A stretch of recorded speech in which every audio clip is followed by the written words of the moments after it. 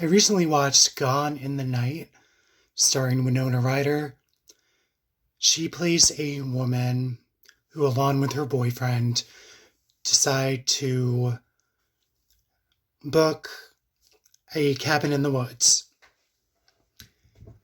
Unfortunately for them, when they arrive, they meet a younger couple, a man and a woman, and they decide to get to know each other and play pretty much a spicy board game. And you learn a little bit about each couple. Well, things seem to go well. She wants to go to bed early, and her boyfriend stays up with the couple playing this raunchy board game. And in the morning, she finds that her boyfriend has left with the other guy's girlfriend, and they're not to be found, just vanished. So, Winona Ryder's character is frazzled, believably, by the turn of events. So she decides to go home and try to collect her feelings. She doesn't know why her boyfriend left out of the blue with a younger woman he barely knew. And she tries to make the best out of the situation and thinks to herself the relationship probably wouldn't have lasted forever and whatnot. She teams up with an older man and tries to find out what happened to her boyfriend. Where did the younger woman go? Why did they go? What did they do together? Why did all of this happen? So you get kind of a little detective story. They pretty much go incognito, searching for answers. And the answer caught me by surprise. I didn't know what to expect from this movie. You know, it's titled Gone in the Night. I figured it would be like a slasher movie.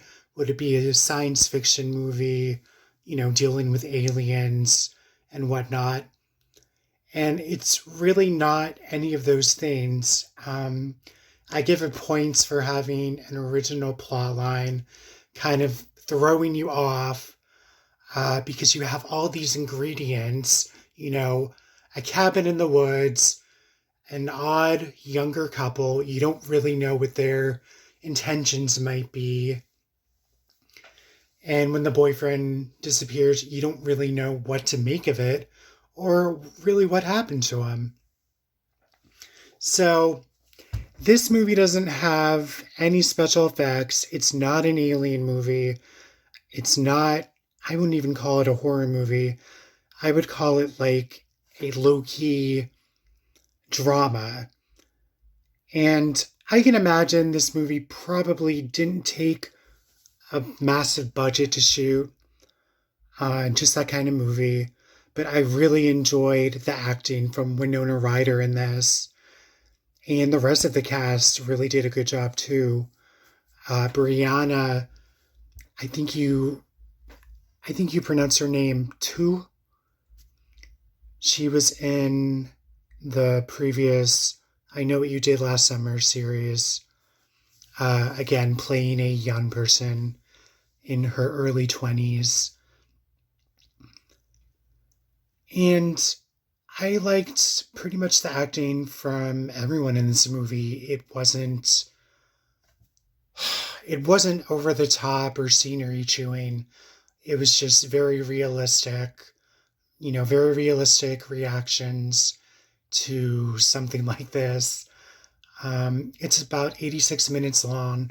I felt the very end could have been a little bit better, but I give it points for having an odd twist that I never really saw coming.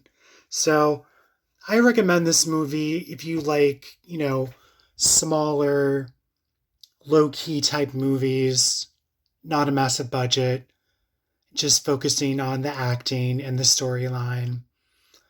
And don't bother watching the trailer. Just give it a watch. It's best to just know very little about it. And that's how I enjoyed it.